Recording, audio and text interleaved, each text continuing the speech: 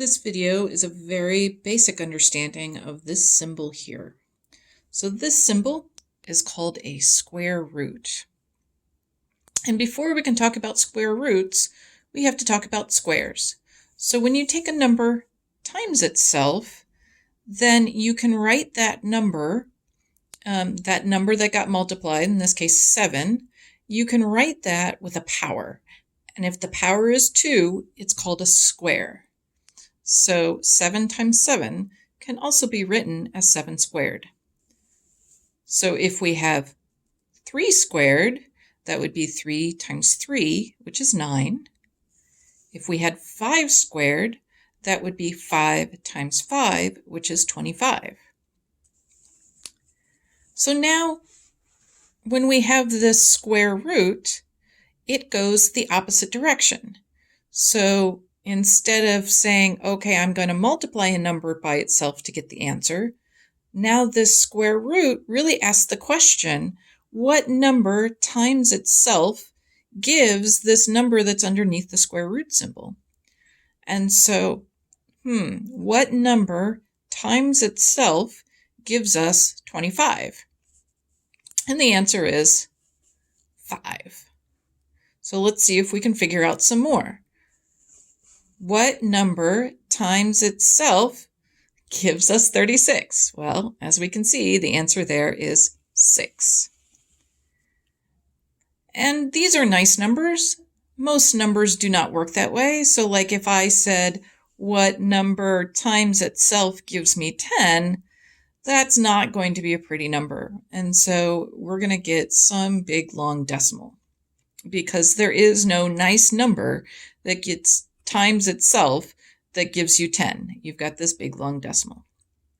Okay, so why do we use this? How you're more going to see this is if you have an equation such as x squared. So we have this unknown number that's getting squared, and the result is 64. So what do?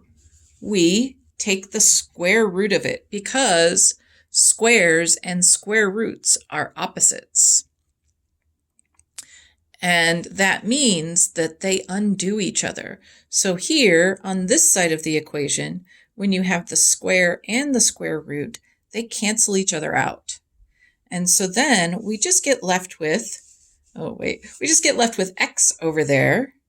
And what number times itself gets you 64? That would be 8. But wait, there is another answer. Why is there another answer? Well, it's true that 8 times 8 gives you 64, but also negative 8 times negative 8 also gets you 64. So many times when you have this type of equation, you'll see this interesting symbol right there. And this is literally called a plus minus. And what this means is there are sneakily 2 answers in here disguised as 1. And so when we say, okay, what number times itself gives us 64? And our answer is 8. This plus or minus means that we sneakily get 2 answers. We get a positive 8, and we also get a negative 8. Okay, so we now have seen that when you have an equation like x squared equals some number, let's just call it a, some number, then we can take the square root of both sides, and we'll get that x, without a power, is going to be this plus or minus square root of a. And that's nice, but what if we go to a much more complicated equation?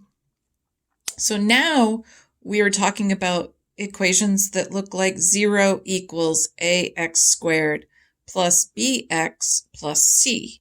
So this is a much more complicated equation. And I can't just get the x by itself on one side of the equal sign and take a square root. Unfortunately, it doesn't work that way. And so this is such an interesting problem that there are there are multiple ways of solving it. And in our QR class, we've already done one of them. We've graphed it and we looked and we said, okay, where does this cross the x-axis? And that's one way of solving this problem. There are a total of 5 ways of solving this problem. But in our class, we are just going to do one of them. And that is, well, I guess a second one. And that is called the quadratic formula. And so how we get this quadratic formula is more than what we're going to talk about in class. And it's beyond the skills that we're going to go in class. But this tells us if we can plug in these values incorrectly, then we can get what those values are that will make this statement true. We will get x values that will make this statement true. Now, remember, here we have that plus and minus again. So this is tricky. This is sneakily. This is a sneaky way of saying, hey, there are 2 answers here. One is when you take this value plus all of that. And a second is when you take this value minus all of that. And then you'd have to divide at the end. And so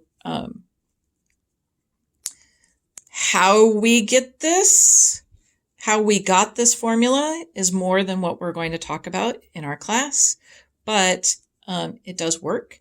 And I have other videos that talk about how to be able to plug formulas into this, or plug values into this formula.